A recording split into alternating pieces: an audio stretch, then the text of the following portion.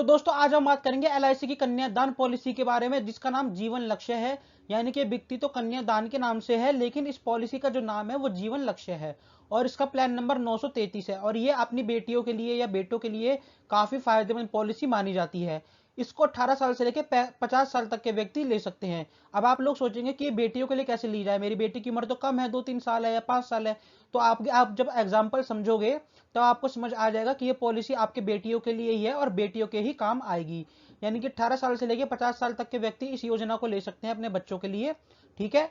उसके बाद टर्म की बात करें, कितने सालों के लिए योजना आपको मिलती है, तो 13 साल से लेकर 25 साल तक के लिए आप इस योजना को ले सकते हो। यानी कि 14 साल के लिए भी ले सकते हो, 13 साल के लिए भी ले सकते हो, 15 साल, 16 साल, इस तरीके से आप जितने ज्यादा साल चाहे उतने सालों के लिए ले सकते हो और मैक्सिमम 25 साल तक।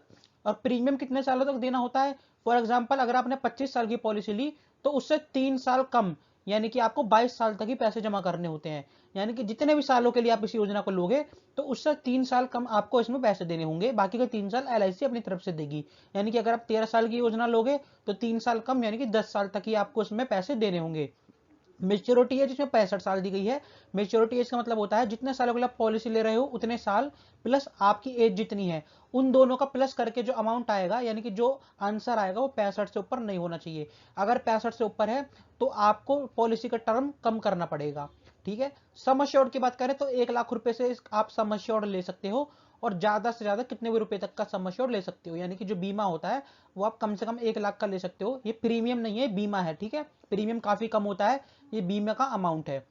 अब बात करें डेथ होने की, तो डेथ होने पे क्या होगा, आपको डेथ होने पे इसमें 3 चीजें मिलेगी। यानी कि अगर आपने अपने बच्चे के लिए पॉलिसी ली तो उसमें 3 चीजें आपको मिलेगी। पहला तो क्या होगा कि आपने जितने रुपए की पॉलिसी ली है उसका 10% आपको हर साल मिलता रहेगा, यानी कि आपकी फैमिली को हर साल मिलता रहेगा। दूसरा, जितने रुपए का सम अश्योर्ड लिया है वो भी मिलेगा। तीसरा, जब पॉलिसी की मेच्योरिटी हो जाएगी तो मेच्योरिटी भी मिलेगी। आगे मैं आपको एग्जाम्पल में भी सब कुछ समझा दूंगा।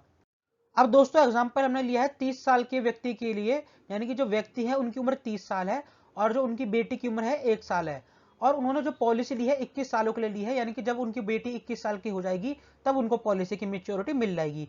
तो जब पॉलिसी 21 साल की ली है तो उन्हें 18 साल तक प्रीमियम भरना है, यानी कि 3 साल कम प्रीमियम भरना है। जो सम अश्योर्ड है वो है 10 लाख रुपए का, यानी कि जो बीमा 10 लाख रुपए का उन्होंने लिया है। तो वह टोटल जो प्रीमियम देंगे 30 साल की उम्र में भरना चालू करेंगे और जब वह 47 साल के हो जाएंगे तब उनको लास्ट प्रीमियम अपना देना होगा। प्रीमियम उनका जो साल में आएगा वो आएगा 53,000 रुपए।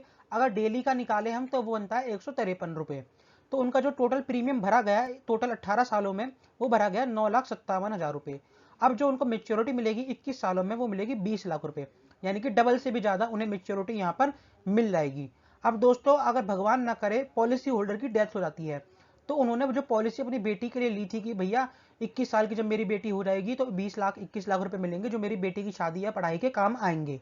तो मान लो 6 साल बाद जो पिता है उनकी मृत्यु हो जाती है, तो यहां पर आप दूसरे टेबल में देखिए कि 30 साल की उम्र में जब उन्होंने प्रीमियम भरना चालू करा और 6 प्रीमियम उन्होंने भरे, यानी कि 6 साल तक उन्होंने प्रीमियम भरे, तो उसके बाद उनकी हो गई मृत्यु। तो अब क्या होगा, अब अगर नॉर्मल डेथ हुई है तो उनकी फैमिली को हर साल 1 लाख रुपए मिलता रहेगा जब तक पॉलिसी की मेच्योरिटी नहीं हो जाती।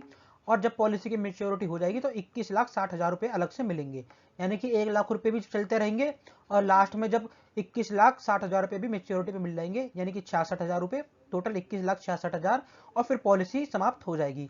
और अगर भगवान ना करे एक्सीडेंट की वजह से डेथ हुई है तो उस केस में क्या होगा, जिस साल डेथ हुई है उस साल 10 लाख रुपए मिलेंगे और हर साल 1 लाख रुपए मिलता रहेगा और फिर पॉलिसी की मेच्योरिटी, यानी कि 3 चीजें मिलेगी।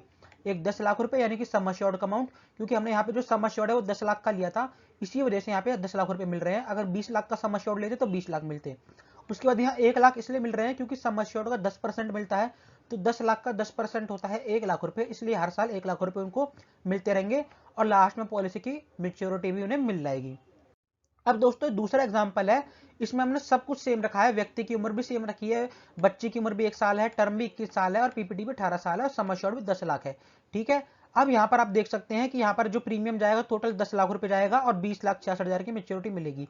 यहाँ पर जो उनका प्रीमियम है वो थोड़ा सा ज्यादा इसलिए क्योंकि यहाँ पे एक एक्स्ट्रा बेनिफिट है जो कि आपको दूसरी वाली यानी कि इस वाले टेबल में देखने को मिलेगा। तो यहाँ पर भी क्या हुआ, 6 साल तक उन्होंने प्रीमियम भरा और 6 साल बाद उनकी मृत्यु हो जाती है। तो यहाँ पर देखिए नॉर्मल डेथ होने पे भी 10 लाख मिल रहे हैं, वहां पे नॉर्मल डेथ होने पे 10 लाख नहीं मिल रहे थे, केवल एक्सीडेंटल डेथ में 10 लाख मिल रहे थे, लेकिन यहाँ पर नॉर्मल डेथ में 10 लाख है और एक्सीडेंटल डेथ में 20 लाख है, यानी कि यहाँ पर एक्सीडेंटल में डबल अमाउंट हो गया। और बाकी सारी चीजें सेम है कि 1 लाख रुपए हर साल भी मिलेंगे और लास्ट में पॉलिसी की मेच्योरिटी हो गई। तो ये हुई ना बच्चों के लिए, यानी कि आपकी बेटी के लिए, क्योंकि भले ली आपने हो लेकिन ये काम आपकी बेटी के लिए आएगी। इसकी पॉलिसी की मेच्योरिटी भी बेटी के काम आएगी, जो हर साल 1 लाख रुपए मिलेगा वो भी आपके परिवार के लिए काम आएगा, और जिस साल आपका निधन हो जाएगा उस साल जो पैसा मिलेगा वो भी आपके परिवार को काफी ज्यादा सहारा देगा। तो इसी वजह से इस योजना का नाम कन्यादान योजना है।